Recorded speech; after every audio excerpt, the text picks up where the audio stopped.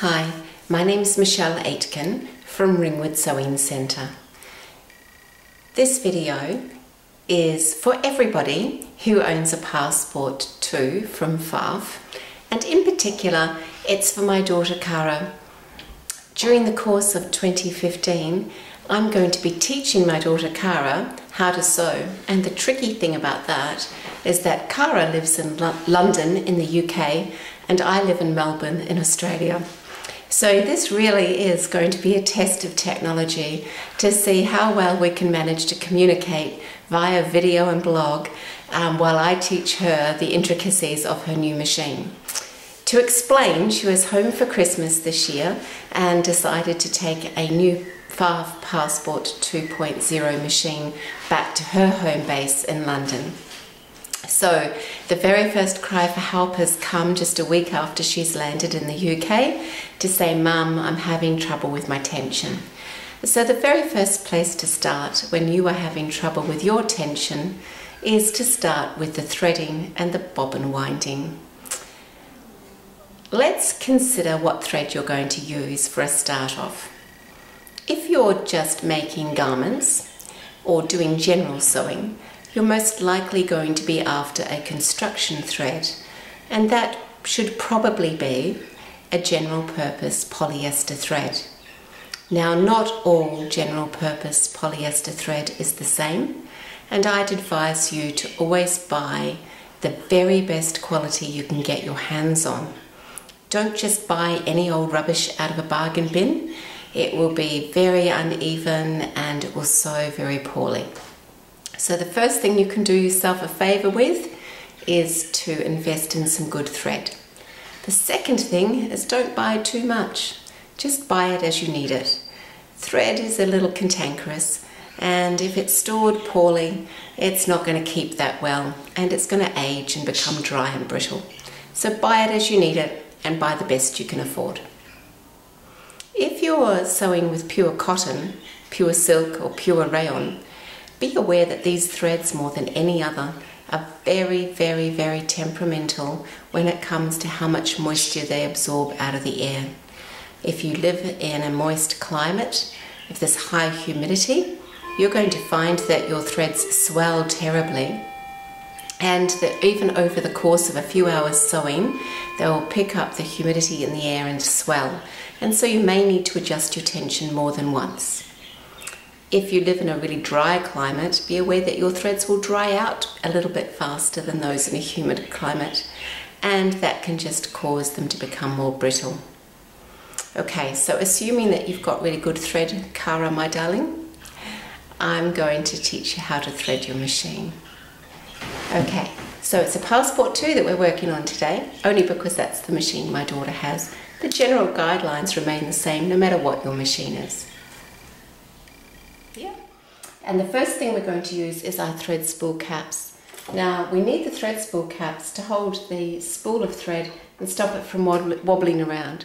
So a large spool cap goes on first. This little rough edge comes towards the side so that the spool will sit on the flat edge of the cup. So that slides on.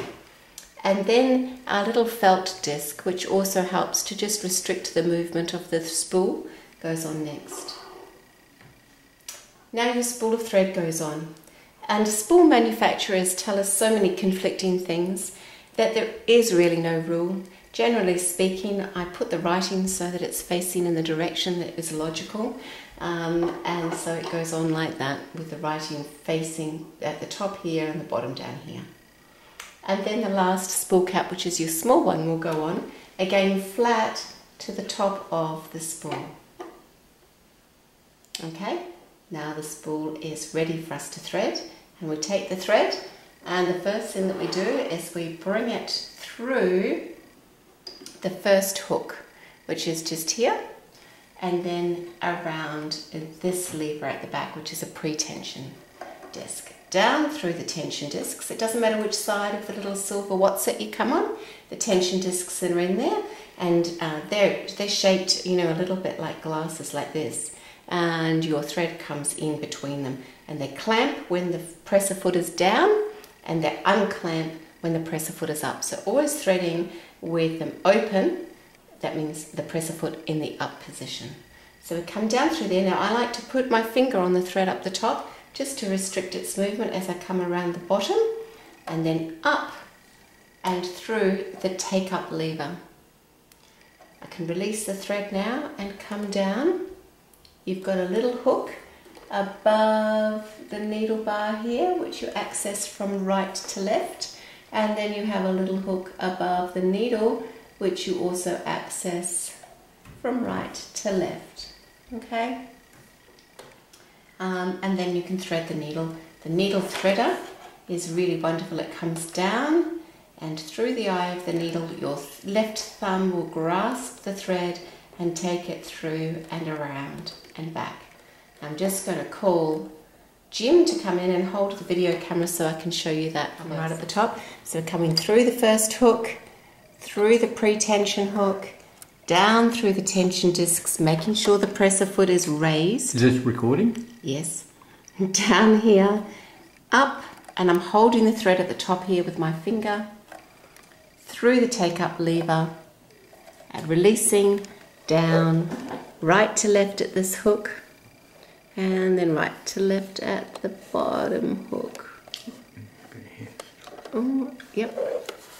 And then here's the needle threader. Now watch carefully. It comes down through the eye of the needle. Using my left thumb, I bring the thread around that hook. I'll pause so that Jim can really show you that. It's around the hook. Then laying it gently, but against the needle and towards the back, I'm going to just release it. Whoops, I've missed it. Release it backwards and slowly up. And I grasp the loop and pull it through. Now all needle threaders work that way, and you notice I didn't let it bump up at any point. Thank you, Jim. We can put the camera back in its housing. Okay, let's look more carefully at the bobbin. Notice that I can't really get my thumbnail right in there. It's nice and tight, but it's not so tight that it's rock solid.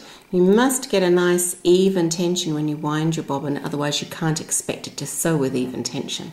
All right, we have to hold the bobbin so that the thread, in this case on this machine, is coming off in an anti-clockwise direction. And it goes into the bobbin and around this first hook, nice and firm. Notice I'm holding the bobbin. And around the second hook, nice and firm, still holding the bobbin, and then up to the last hook, and now I've released it. I know that by holding the bobbin and pulling firmly on this thread, I've pulled it right into those tension discs, and that's really important because it's the tension discs that do that work for you when you're sewing. Now I can just snip the thread. Okay, here's the tension dial right here, and tension is something that is adjusted to suit the stitching that you're doing. There's no right or wrong tension. However, the lines here indicate that this is commonly used tension setting. So anywhere between a 3 and a 5 is common. Now today is a wet, moist day, and on a wet, moist day, I will typically find my tension needs to be higher rather than lower. Higher the number, the higher the tension. That means those tension discs are closing more tightly and restricting the movement of the thread. So I know, given the weather pattern that we're having at the moment, that I'll want it on at least a 5. That comes a little bit with experience. You adjust it as you need to, and remember, sometimes that will be frequently during your period of sewing. I'm going to just, I like to always place my fingers on my threads when I begin to sew. So I'm just going to place my fingers here, and I'm just going to, it's just measuring and just sewing that stitch now. Have a little look at it, examine what we've done, and see if it's good. Okay, now good tension will be a nice, I'm not sure whether you're going to see that, a nice even stitch on the top and an even stitch on the bottom. What we're looking for is we want the stitch to look the same on both sides. We don't want there to be any difference. We certainly don't want to be able to pull it easily and pull it out. And so I have achieved good tension on this particular thread And as you can see, the setting, because it's quite a damp day today here in Melbourne, is right up high at the 5. However, if this was a cotton thread, I would expect to be on even a 7 to get good tension. So don't be alarmed by those numbers. They go from 0 to 9, and you can use any one of those depending on what gives you the best setting. Very, very unusual that you won't be able to adjust the setting here. You can technically adjust your bobbin tension, but it's very unusual. Seldom would you ever have to do it when you're using a domestic machine. Learn how to use it up here. So my darling Cara, oops, just, back we go. And that ends your, really bad camera angle. That ends your first lesson on your Pfaff machine. I think the next lesson is going to be me teaching you how to make a skirt using a beautiful pattern called the Pavlova skirt pattern. However, you're going to have to be patient because I have a lot on in the next 10 days, and it's most likely going to be on like Australia Day that I get around to making that video. So in the meantime, everyone else out there that owns a Passport 2.0 from Pfaff, I hope you found this useful. This is Michelle from Ringwood Sewing Centre. Sewing makes me happy.